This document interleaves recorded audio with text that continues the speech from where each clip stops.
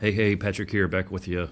Next episode of Main Street Money Show podcast. We're talking about mortgages, and we're going to blow through this one here. This is a really important one, probably one of the bigger decisions that you're going to make throughout your whole financial life, your financial journey. There's a lot of different options whenever it comes time to prepping for a mortgage, and then the actual mortgage selection process, and then the actual maintenance and maintaining of the mortgage. So I'm a big fan of credit unions, mainly because a lot of them don't sell off their mortgages to the financial industry, and that's a episode for another conversation for another episode. But when you have your local credit union giving you options to compare with a mortgage broker, it's two different things. So you have a mortgage broker who's out there shopping the actual mortgage marketplace, but the mortgage broker might not have access to a credit union mortgage. And so it's the same concept with a captive insurance agent. They're not going to come back to you, the consumer, and say, hey, I can do 6.1%, but the credit union down the street can do 5.7. It's going to cost you, $50,000 over the course of 30 years. I want you to do the business with me. Now, some people, they might be like, I want to support my friend, $50,000, that's a lot of money. Other folks, they'll be like, what, I love you, bro. I love you, sis, but I'm going down to the credit union and I'm going to see what they can offer with 5.7. So, I'm sorry. But you got to know that it's at least an option. So mortgage brokers are not always going to be able to represent all of the mortgages that are on the table. So every lender has different guidelines, but ultimately think of yourself as the mortgage broker. You're going out and you're finding all the options, whether it's credit unions, banks, mortgage brokers.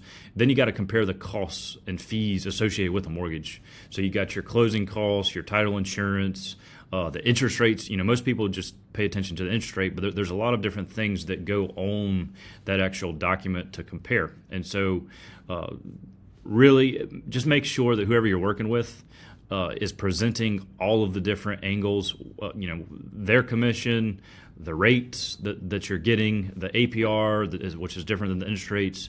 But just know this, a mistake here can cost you hundreds and hundreds of thousands of dollars. So ultimately, the mortgage industry is just like, the financial industry and investments, and there's a lot of pushing and propaganda of pointing us down this path of, you need a 30-year fixed rate mortgage. Don't do anything else outside of a 30-year fixed rate mortgage. And that's not exactly true. Are there options outside of a 30-year fixed rate? Yes, there's 15-year fixed rate. I mean, there's so many different fixed rate alternatives, but what about the adjustable rate mortgage? And that might be something that is a fit for one individual because they're not going to be living in the house in 5 years. So there are ways to save hundreds and hundreds of thousands of dollars by doing your due diligence, do your research on the mortgage types and the mortgage rates, as well as what is good for your situation.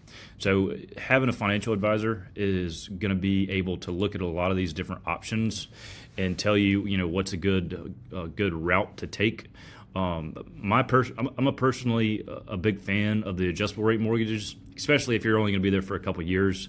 You can refinance it in a couple years before the rate adjusts, but you just don't know what your personal situation is going to be like. You may not qualify for the refinance, but you based your original purchase on the ability to refinance. And so if somebody gets a good idea of where they're going to be at in 5 years, which none of us really know, but can we make an educated decision? Yes.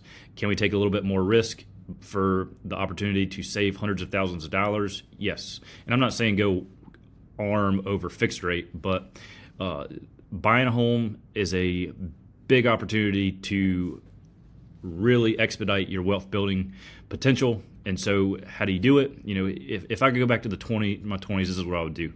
I would get a salaried job. I would take that salary. I would go qualify for a townhouse or a single family house or multifamily. I would put, either 0% down or 3% down. I would take that and then I would turn around and I would live in one room. I would rent out to at least two other rooms They pay for the mortgage. It's called house hacking. There's a lot of, if you Google this, there's a lot of opportunity to learn about it. It's called house hacking. But just because you're not in your 20s doesn't mean it's not an opportunity for you. Maybe in your 40s, you decide you want to build an additional dwelling unit and do the same concept, but it's still on your property. Now, that's subject to HOAs and that kind of stuff, but let's just say you're preparing for your aging parents. Now, this is an opportunity to where you can put that mother-in-law suite on your house, but also get a little bit of rent income before your aging parent moves in. So there's so many different ways to leverage this as a wealth building builder, and a couple ways that you can compound that. Well, get your real estate license. You could cut costs by, I'd say 1 to 3% easy. Maybe you have your mortgage license. There's different ways to ultimately compound your real estate mortgage purchase as well as the actual real estate purchase itself. There's a lot of different ways to make and save money on your mortgage. This isn't an all-encompassing episode, but it's just really to make sure that you're aware there's such a big opportunity here. Make the right decision.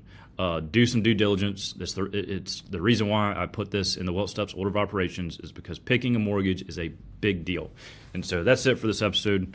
Contact me if you have any questions or if you need help finding a mortgage broker. It's all about connections, referrals, and networks. So that's it, and we'll see you in the next episode.